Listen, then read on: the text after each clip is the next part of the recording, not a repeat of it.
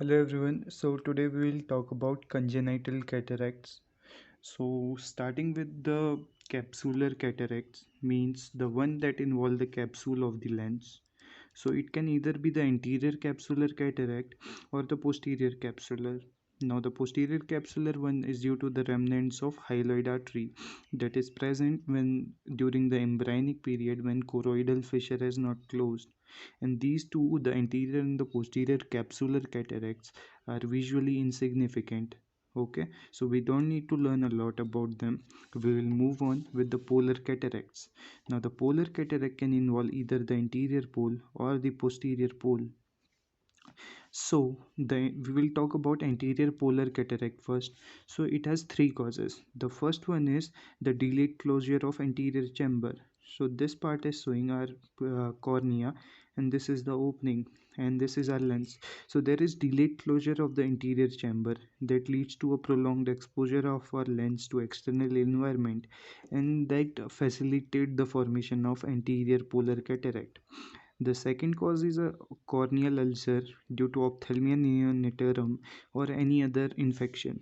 And this will also facilitate the formation of anterior polar cataract.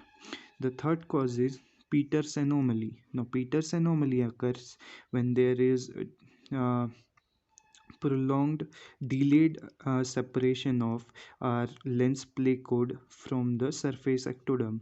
So again in this case there will be prolonged exposure of our lens leading to an anterior polar cataract.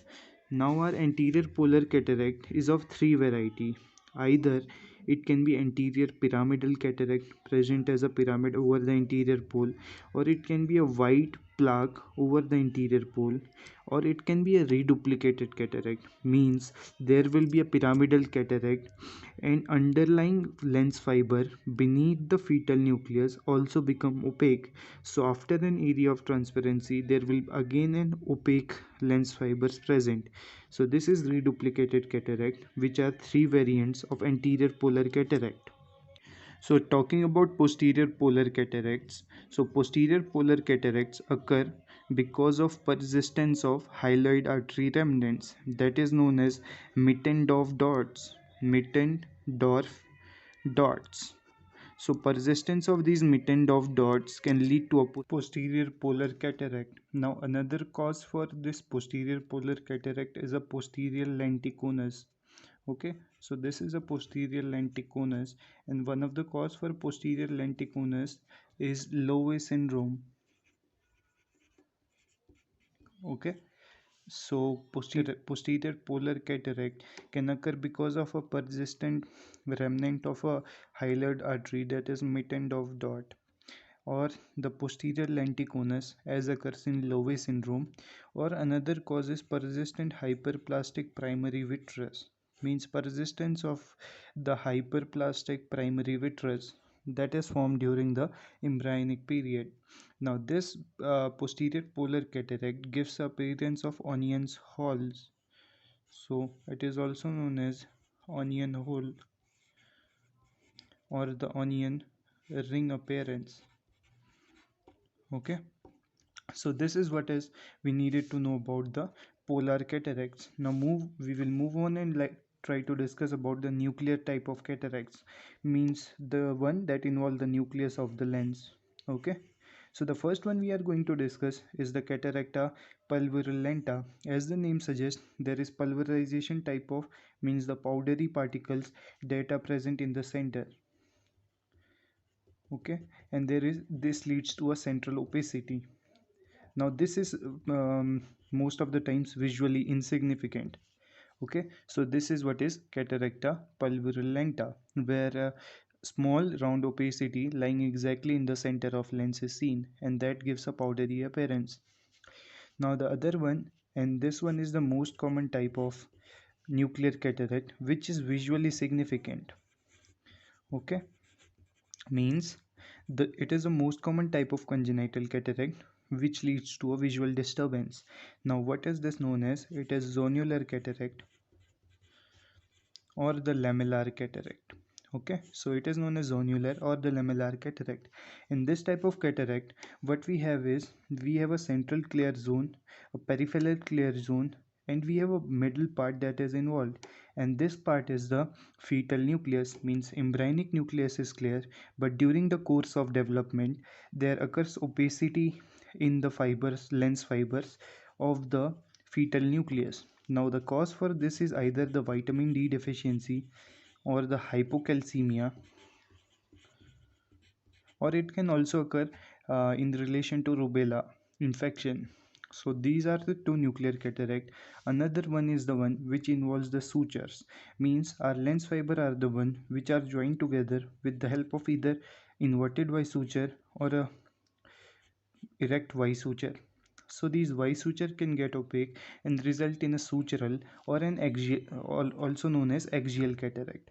Now this gives different appearance. One is the uh, coralliform appearance. Okay, so in coralliform there is a coral like appearance as you are seeing in this image. Another one is the anterior axial sutural cataract. Means there is an anterior suture and you are seeing a dot over it. This is the anterior sutural cataract, also seen in this image. Okay, as you are seeing. Another one is the floriform cataract. It gives a flower like appearance. So this is the floriform cataract giving a flower like appearance. Now most of these axial or sutural cataract are visually insignificant. Okay, so and the last one is the total nuclear cataract, where there is complete opacity involving our embryonic and the fetal nucleus. Okay, so this gives a great degree of visual impairment. So these were some visual nuclear cataract: the Cataracta pulverulenta or the Cataracta centralis pulverulenta.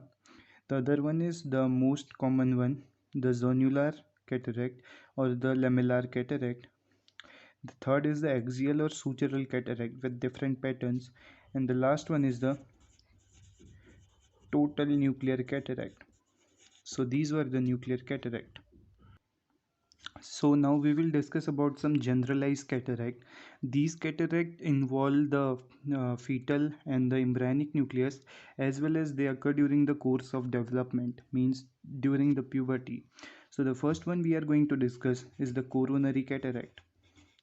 Okay, so this cataract is an extremely common form that occurs during puberty. Now this is also visually insignificant because it involves the peripheral part, and there is a pattern that is like a corona, means a crown, and these opacities of the lens fiber are arranged like crown in the peripheral part of the lens, so the central part is clear through which the light passes. So this is visually insignificant, and it is really very common type of cataract, and it becomes visually significant when this opacity start on moving towards the center.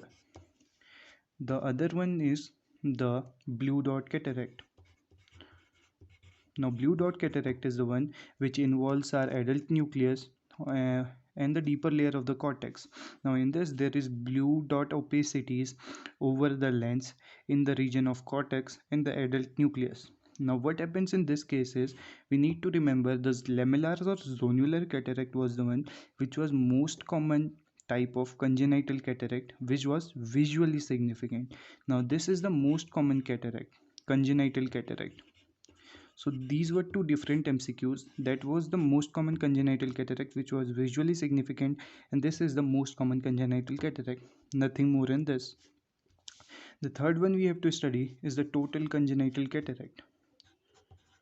Total congenital cataract. Now the example for this condition is the rubella infection.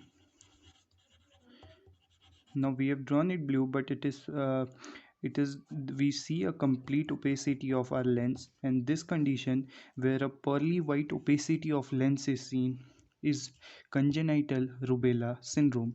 Okay, so a baby is born whose mother was infected with rubella, and the baby has pearly white eyes due to lens opacification.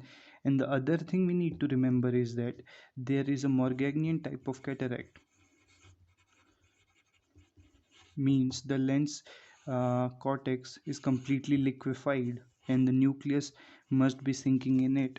Okay, so this is the condition in the congenital cataract. The first one was pearly white lens, the other was Morgagnian cataract, and the third thing we need to remember is that until 2 year of age we have to be cautious while removing that lens, because is uh, virus remains in the lens for almost about 2 years. So any trauma or any iatrogenic uh, procedure can lead to release of these virus and set on endophthalmitis or panophthalmitis.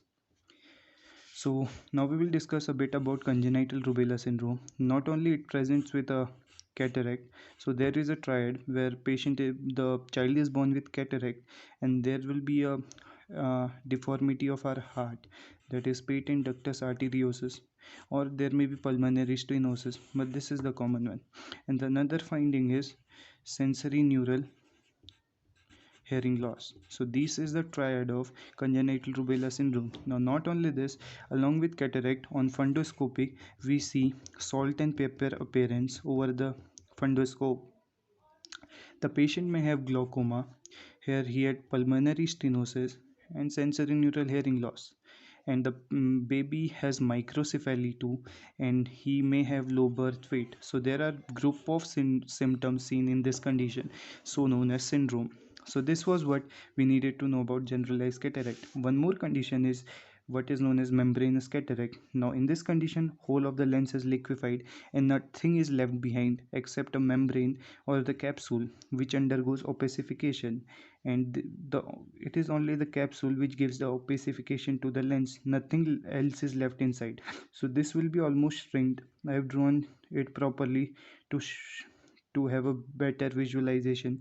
So this condition is seen only in the case of Hallermann-Streiff Francois syndrome. So this was what we needed to know about congenital cataracts. Thank you.